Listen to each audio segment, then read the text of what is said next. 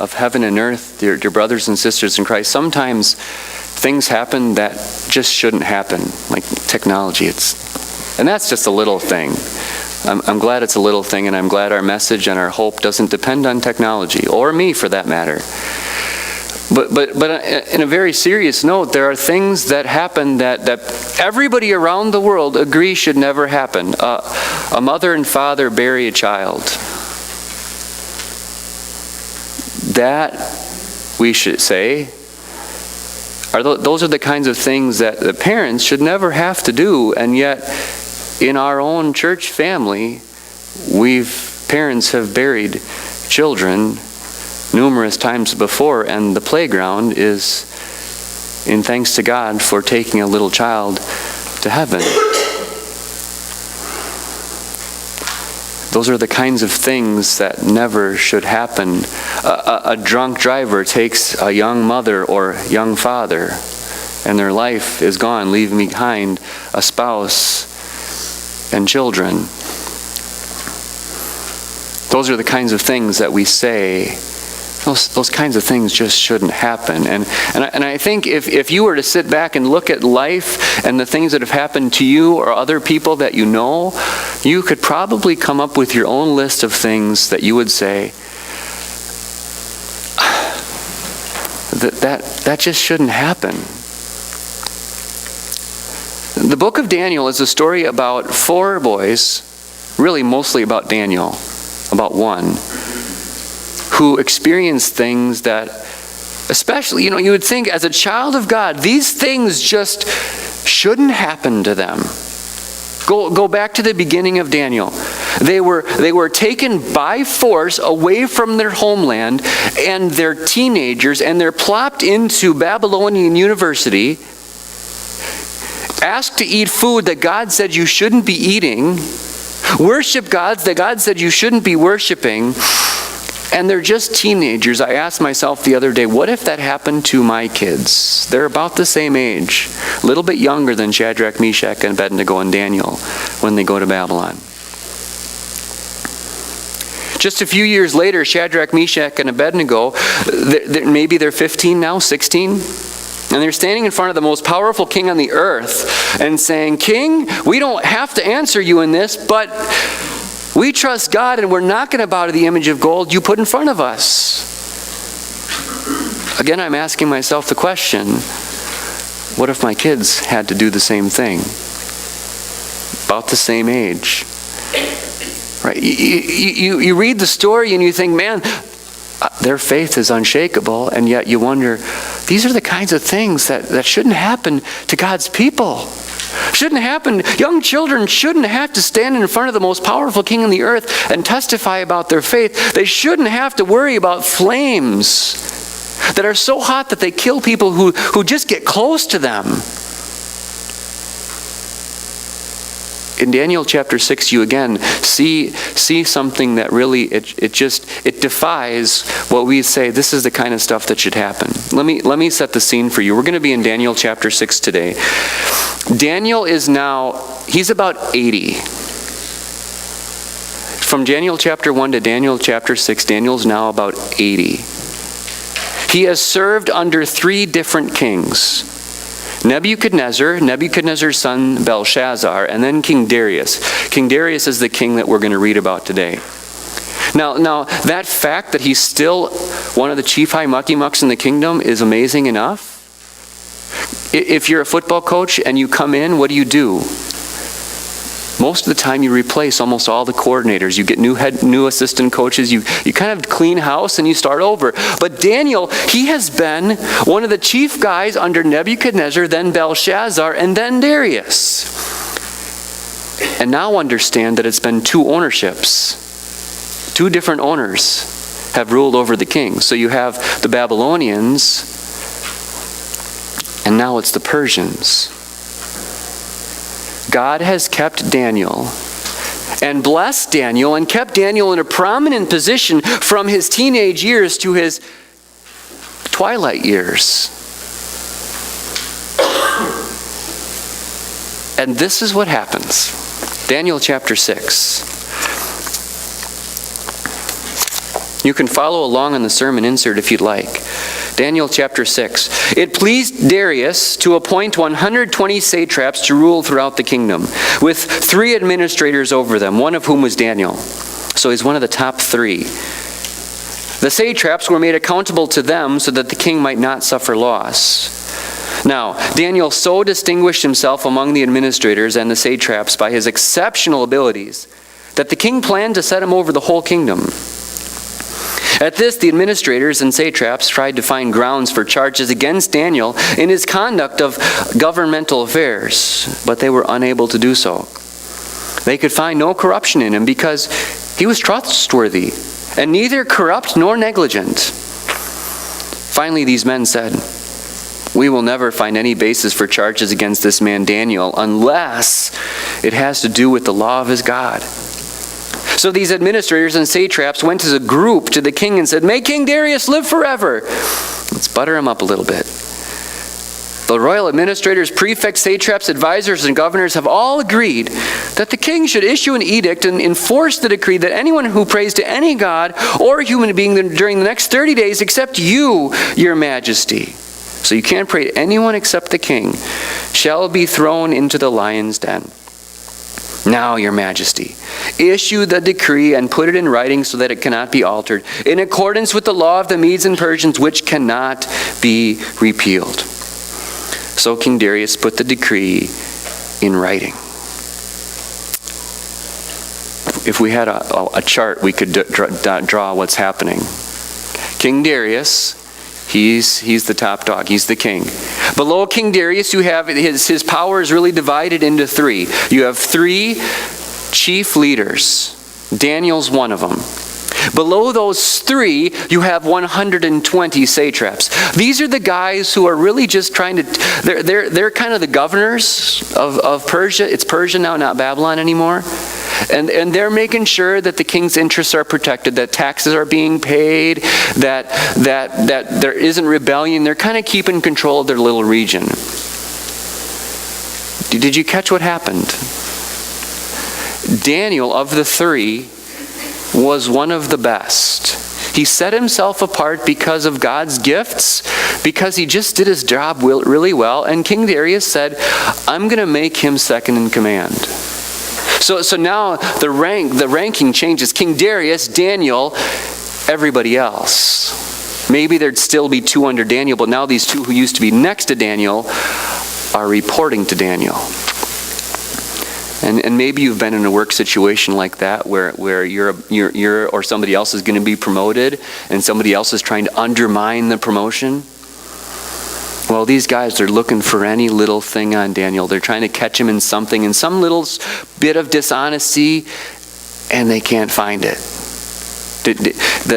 Daniel, in his record of this, is really careful. They could find no corruption in him because he was trustworthy and neither corrupt nor negligent. So he wasn't a snake in the grass, and he did everything he was supposed to do. So they said, we have to have a plan. The only way we're going to get Daniel in trouble, the only way we're going to get him out of that top slot, is to make up a rule that impacts his faith and his walk with God. So did you see? Now it's not just the 2. Now it's the 2 plus the 120 plus whoever's below them. And this whole band of brothers who are trying to overturn Daniel, they all go to the king and they butter him up. "King, live forever." "King, you're so great. We should make a rule that everyone acknowledges how great you are, and for the next 30 days, no one prays to anybody but you." Now, if you're a king and you're easily buttered up, this sounds like a great idea. Everybody just, everybody roll out the red carpet for me. Everybody get down on your hands and face before me, and everybody ask me for whatever you want. Talk to me about anything. Don't pray to your gods. Don't pray to other people. Just talk to me. They're trying to undermine and throw Daniel down. And as we walk through this text today, that's one of the first things I want you to see, is that when God lifts you up, you can expect things will happen that shouldn't happen. You will expect that enemies are going to try to tear you down. Daniel was only doing the right thing. What happened to him was something that never should have happened, but they're conspiring against him to get him thrown into the lion's den and get him out of the picture. Think about John the Baptist, the preacher in the wilderness who preached to anybody who came out to him, but he wasn't afraid of kings either. And he preached to King Herod about the wife that he took. See, King Herod married his brother's wife, Herodias. And John the Baptist said, Herod, you can't do that. And John was just preaching God's message. He's just the messenger. What did King Herod do? He threw him in prison. And what did Herod's wife do? Herodias, who was an illegitimate marriage to begin with, what did she do? She conspired to have his head lopped off. King David. What did King David ever do that King Saul would chase him down? What did he ever do? Played the harp for him pretty well. Calmed him down when he was a little bit overwhelmed by that demon, by that evil spirit. He served him well. He fought against Goliath for him. And for that, King Saul chased him around the wilderness, trying to kill him. See, you can expect that when God raises you up, that your enemies are going to try to take you down. Really encouraging message, right? Does it surprise you a little bit to talk about that? That when God lifts you up, when you walk in God's way, that you're going to have enemies that try to take you down? Last week we celebrated and remembered Veterans Day. Men and women who have served our country and served it well, and we're thankful for what they did. But talk to a veteran sometime about what it was like when they were on. I thought about some of the stories Sparky told. Flying over some of those seas, radio silence, nothing, you can't talk, because if you do, when you're behind enemy lines, what is that like?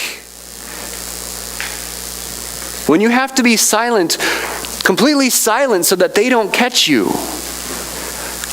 See, the reality is we're behind enemy lines right now. One of the things that we have to realize about what's happening in the book of Daniel is that Daniel and his friends are behind enemy lines right now. Home was Jerusalem where they were safe. They were living behind enemy lines. And what's the hymn that we like to sing? I'm but a stranger here. Heaven is my home. Right now, we're behind enemy lines, in a sense. Yeah, we're part of the greatest army that ever walked the earth. We're soldiers in Jesus' army. But we're behind enemy lines. And you can expect that from the big one to the little ones, you can expect they're going to cause you trouble. Hell on earth, if they could. Your enemy, the devil, prowls around like a roaring lion looking for someone to devour. He wants to take you down. And he uses all kinds of things to make it happen. Maybe it's people. Maybe it's people in your life maybe it's as simple as what's happening in Daniel. You're at work and somebody's trying to undermine you and make you lose your job. Keep that promotion away from you because they don't like that you're following Jesus. Maybe it's like Job, where behind the scenes, Satan is pulling strings and conspiring against you to make your life miserable, a living hell. You can expect that because we follow Jesus, that because we're exalted as God's children, that your enemies are going to try to take you down. The question really isn't if it's going to happen, only when. So now the question is, what are we going to do about it? Let's read. What were Daniel's options? Daniel had options, right? Pray to the king or else. So options. Option 1, go along with it, right? After all, it's just 30 days. After all, his heart wasn't really into it. He could just pretend and go along with it and keep his good position. After all, he worked for the king. He could just not pray. I mean, think about that possibility for a minute. I'm not worshiping the king or even pretending to. I'm not denying my faith. So I'll just wait. I won't pray for 30 days. Another option, he could pray quietly. What you doing, Daniel? Oh, nothing. Just sitting here quietly, folding my hands. Or he could pray to the only true God. Reread on. Daniel 6, verse 10. Now, when Daniel learned that the decree had been published, he went home to his upstairs room where the windows opened toward Jerusalem. Did you catch that, kids? Opened his windows toward Jerusalem. 3 times a day he got down on his knees and prayed, giving thanks to his God just as he had done before. Then these men went as a group and found Daniel praying and asking God for help. What did Daniel do? He prayed. Just like he had done before. He got down on his knees. He faced Jerusalem, for us, facing the altar, down on his hands and knees, saying to God, God, I'm weak, but you're strong. God, I'm facing the lions right now, but you can handle the lions. And even if the lions eat me, that's okay because you still win at the end. This was Daniel's way of life. This wasn't anything new for Daniel. In fact, it seems like this was just morning, noon, and night. This was what Daniel did. And I suppose that's why they picked on praying, because they knew. We knew at 8 o'clock in the morning, Daniel will be praying. And at noon, Daniel will be praying. And at 4 o'clock, Daniel will be, whatever the times were. They just knew. This was Daniel's way of life. It was his go-to move when he was in trouble. And it was his go-to move at all times and every way. What's your go-to move? What's your way of life? I asked you a few weeks ago in an email at least, what was your go-to passage? What Bible passage do you go to when you're struggling, when you're afraid, when you're worried, when you're thankful? Where do you go? And the next question today we ask, what do you do? What do you do? What's your go-to move when it's hard? What's your go-to move when you're overwhelmed? What's your go-to move, let's be positive, when you're thankful? When something good happens, what do you do? Daniel's go-to move was get down on my knees and pray. He opened his windows toward Jerusalem and he prayed. That was Daniel's way of life. Because Daniel knew, when I kneel on my knees, when I get down before my God and when I talk to him, it's God who makes me strong. I think for Daniel, being down on his knees was humility and weakness. Because Daniel knew, I can't do this, but God can. Praying turns us to the God who is able to do everything, who is able to do more than we can ask or imagine. I wish I knew what Daniel's prayer was. But you can imagine as you read some of the Psalms, can't you? Can you imagine? You hear some of those Psalms of lament against your enemies? Can you hear Daniel just laying out his complaint in a sense before God? God, these guys are out to get me, and it's not just 2, but it's all these underlings. They're all out to get me. God, is this what you really want? Do you want your enemies to win the day? Do you really? God, this isn't fair. Defend me. Can you hear some of the Psalms? Rise up, O Lord, and defend your people. They're like roaring lions gnashing their teeth at me. Protect me. Defend me. Work out your good purposes for me. See, we can talk to God about anything, about everything. And I think sometimes we're afraid to just tell God how we feel. But read the Psalms.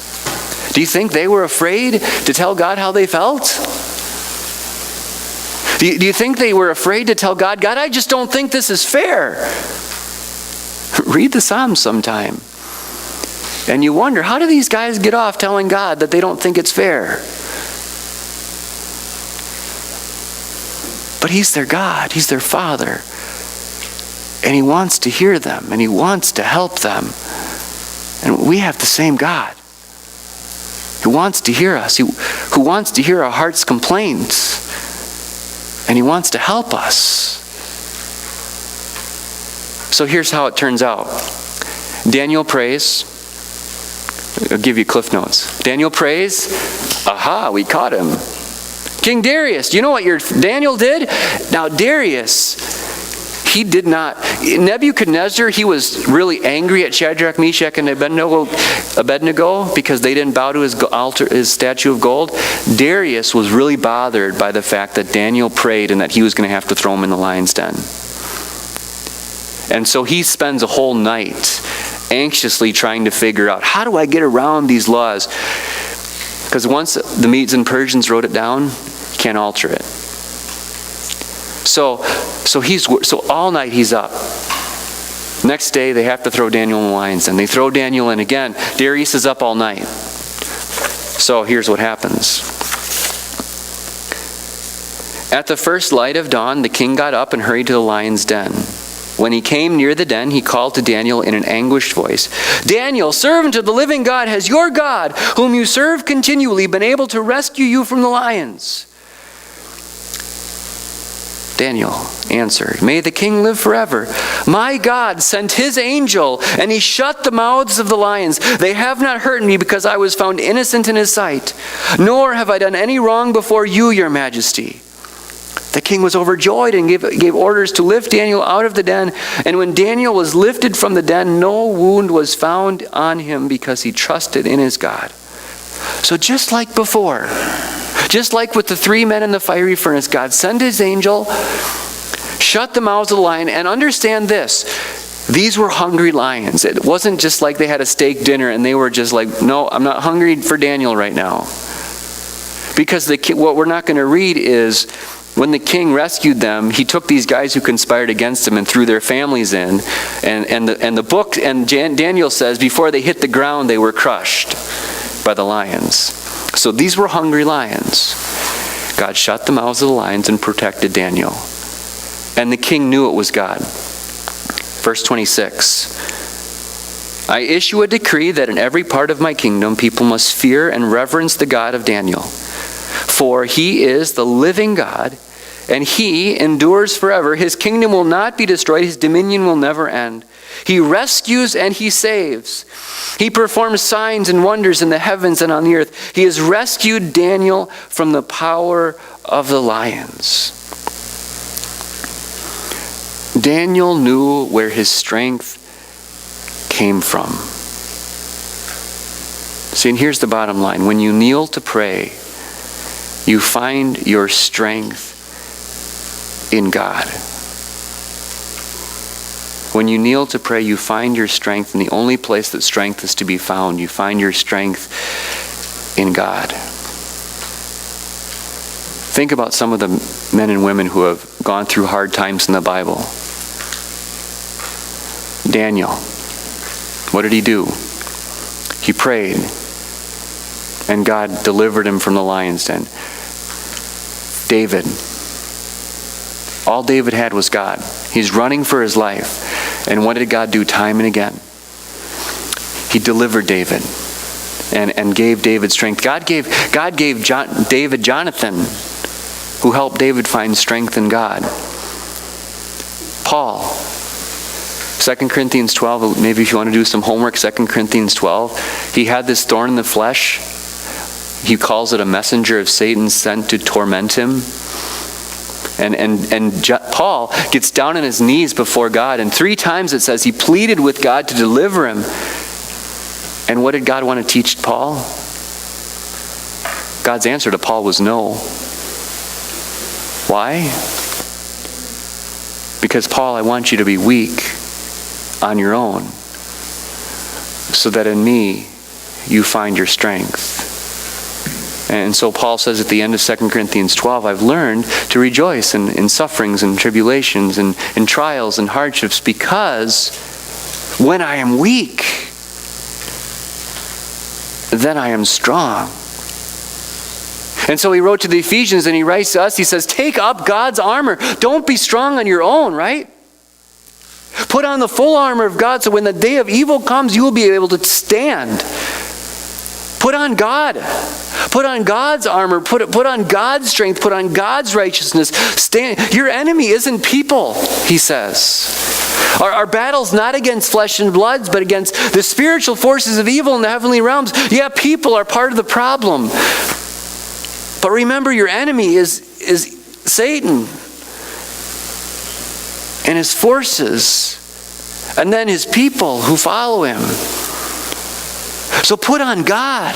Kneel in your weakness, but stand in God's strength. Stand in God's armor. Stand in God's victory. See, our victory, our strength is not us. We don't have any of our own.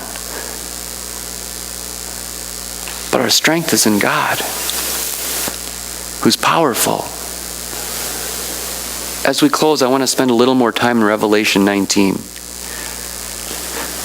Just a couple of verses in that section. Because it shows us once again, Isaiah 19 verse 2. The great multitude is singing a song of praise. And they're singing praise because he has condemned the great prostitute who corrupted the earth by her adulteries. He has avenged on her the blood of his servants. See, one of the things that this section makes absolutely clear to us, I know you're like, adulteries and who is this great prostitute? These are our enemies. From the greatest to the least. He's picking on, he identifies for us the greatest enemy, but every other enemy is included. So what happens? The devil and all his followers. What's happening? What's happening at the very end? What's Jesus going to do? What is John giving us a vision of? All our enemies will be under his feet. Remember, he's wearing that robe with King of Kings and Lord of Lords here and under his thigh? So that when he steps on his enemies, they can see it. Jesus is king. You think, in a sense, this section of Revelation says to all our enemies, you will not win. You might have a moment of victory here on earth. You might win a skirmish, but you will not win the war. So as we face the struggles and the challenges and the trials and the attacks of Satan and people, be sure of this. They won't win. Ever. There's no chance. And then, look what he says. Skipping ahead. I forgot what verse I was going to start at because it's all so good. Let's go to the next one. Isn't that going? That's a good verse, though. You can just leave it there. Listen to this. So he says the enemies are going down. Then he says...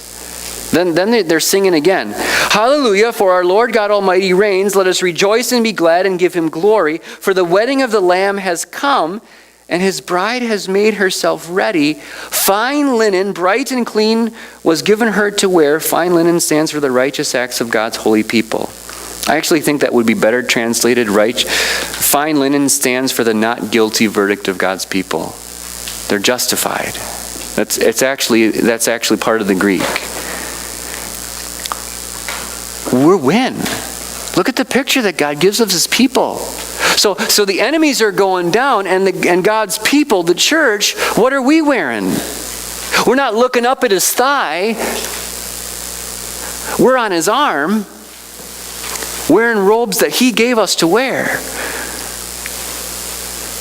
See, so John takes us to the end, and he says, as great as the battle will be, and as hard and as long as the fight is, you are behind enemy lines right now. But be sure of this, you are already on the arm of Jesus. And when he comes, he will walk you in to the wedding feast of the Lamb, where we will live with him forever and ever. And we'll be part of that crowd, singing together his praises. We can't lose. Amen.